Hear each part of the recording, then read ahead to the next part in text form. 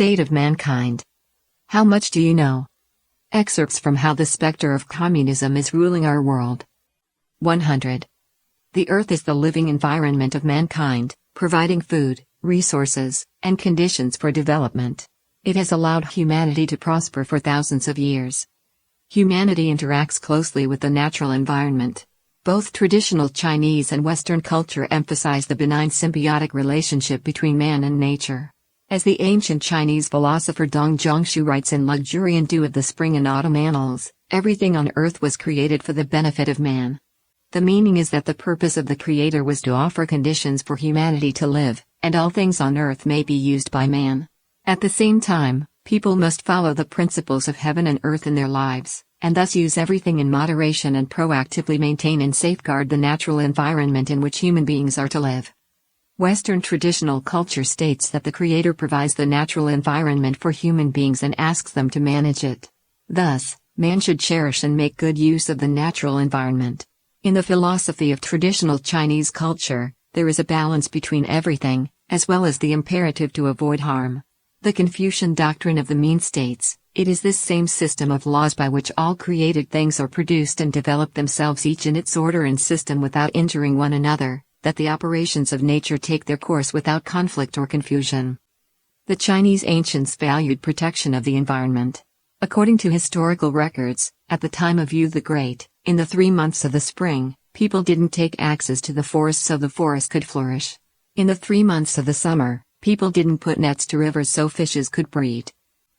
Zhengzi, a Confucian scholar, wrote, "Wood could only be cut down in the right seasons and animals only slaughtered at the right time." These show the traditional Chinese idea of moderation in all things and of cherishing and protecting the natural environment. After the Industrial Revolution, industrial pollution caused severe ecological damage, and Western societies began to become aware of the issue. After environmental protection laws and standards were implemented, pollution was effectively treated, and the environment greatly improved. In the process, public awareness of environmental protection grew enormously, and it was widely acknowledged that environmental protection is a proper goal.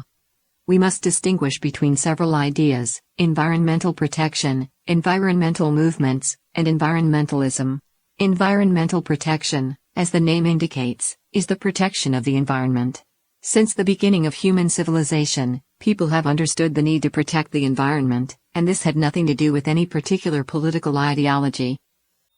The environmental movement is a social and political movement for environmental issues. Its primary goal is to change environmental policies and public thinking and habits through mass movements, media influence, and political agitation. Environmentalism is a philosophy and ideology emphasizing the need for protecting the environment and the harmonious coexistence between human society and the natural ecology. The motivations behind environmental protection and environmentalism are not the same as communism, but communists excel at hijacking mass movements and manipulating them to their advantage.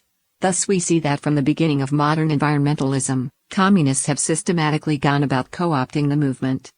The issues surrounding environmentalism today are extremely complex. The movement has used sensational rhetoric and people's genuine desire to protect the environment to create a global political movement. Many participants are well-meaning, have a sense of justice, and truly care about the future of mankind.